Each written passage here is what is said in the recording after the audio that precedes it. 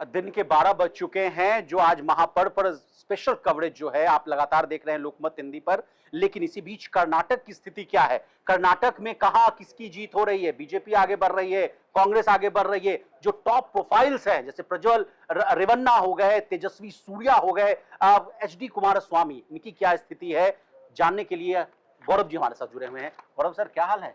एकदम बीजेपी पूरी ताकत के साथ दौड़ रही है। कर्नाटक के पिच पर हम देख रहे हैं कि 28 सीटें हैं टोटल, उसमें से 16 पर बीजेपी लीड कर रही है, जबकि जो उसके गठबंधन की सहयोगी है जेडीएस वो 3 सीट पर आगे है। 9 सीटों पर कांग्रेस आगे है, जो राज्य में सरकार चला रही है कांग्रेस। तो अगर वो 9 सीट केवल उसके पास है, जबकि 16 सीट पर बीजेपी आ गई, ये कांग्रेस के लिए एक बड़ा झटका माना जा रहा है। क्योंकि जो चाहे वो मुख्यमंत्री सिद्धारमैया हो, चाहे डीके शिवकुमार हो, लगातार दावा करते रहे कि आधे से ज्यादा सीटें हम कर्नाटक की जीतेंगे, लेकिन इस बार उनको तगड़ा झटका लगता हुआ दिखाई दे रहा है। गौरव जी, तेजस्वी सूर्या का क्या हाल है? बीजे अब छात्र संघ के अध्यक्ष हैं, भारतीय जनता युवा मोर्चा के अध्यक्ष है। बंगलौर साउथ सीट से वो उम्मीदवार हैं। वो 1,47,000 वोटों से आगे चल रहे हैं। तो पिछली बार बीजेपी के सबसे कम उम्र के सांसद बने थे, और इस बार भी मुझे लग रहा है कि मतलब जिस हिसाब से उन्होंने लीड बनाई है कि वो ये सीट निकाल लेंगे।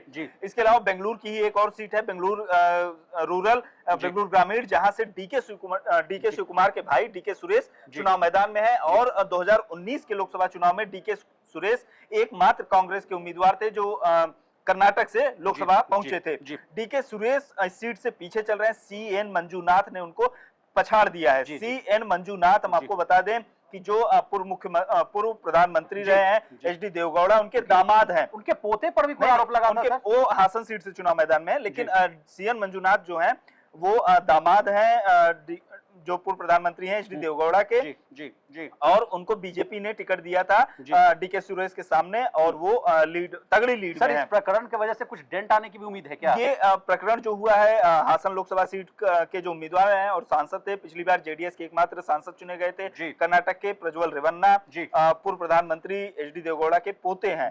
उनका जो विवाद सामने आया, जो उन पर आरोप लगे, जो उनके वीडियोज वायरल हुए, पेनड्राइव बांटी गई, वो चुनाव वोटिंग होने के बाद आई सामने। तो इस वजह से जो ये डेंट पड़ना हो उनके इमेज को लेकर या वोटिंग को लेकर जो भी विवाद शुरू हुआ, इमेज को लेकर तो डेंट पड़ा ही होगा सर, वोटिंग को लेकर डेंट नहीं पड़ा होगा। बिल्कुल, वो सारा विवाद ही शुरू हुआ जब वो जर्मनी चले गए और वोटिंग खत्म हो गया। 26 अप्रैल को था वहां पर वोटिंग, उसके बाद तो ये इस पूरे विवाद का जो कर्नाटक में वोटिंग हुआ है उस पर बहुत ज्यादा प्रभाव पड़ा हुआ है। गौरव जी, एचडी कुमारस्वामी का क्या हाल है? एचडी कुमारस्वामी भी तगड़ी लीड बनाए, 1,71,000 वोटों से आगे हैं करीब।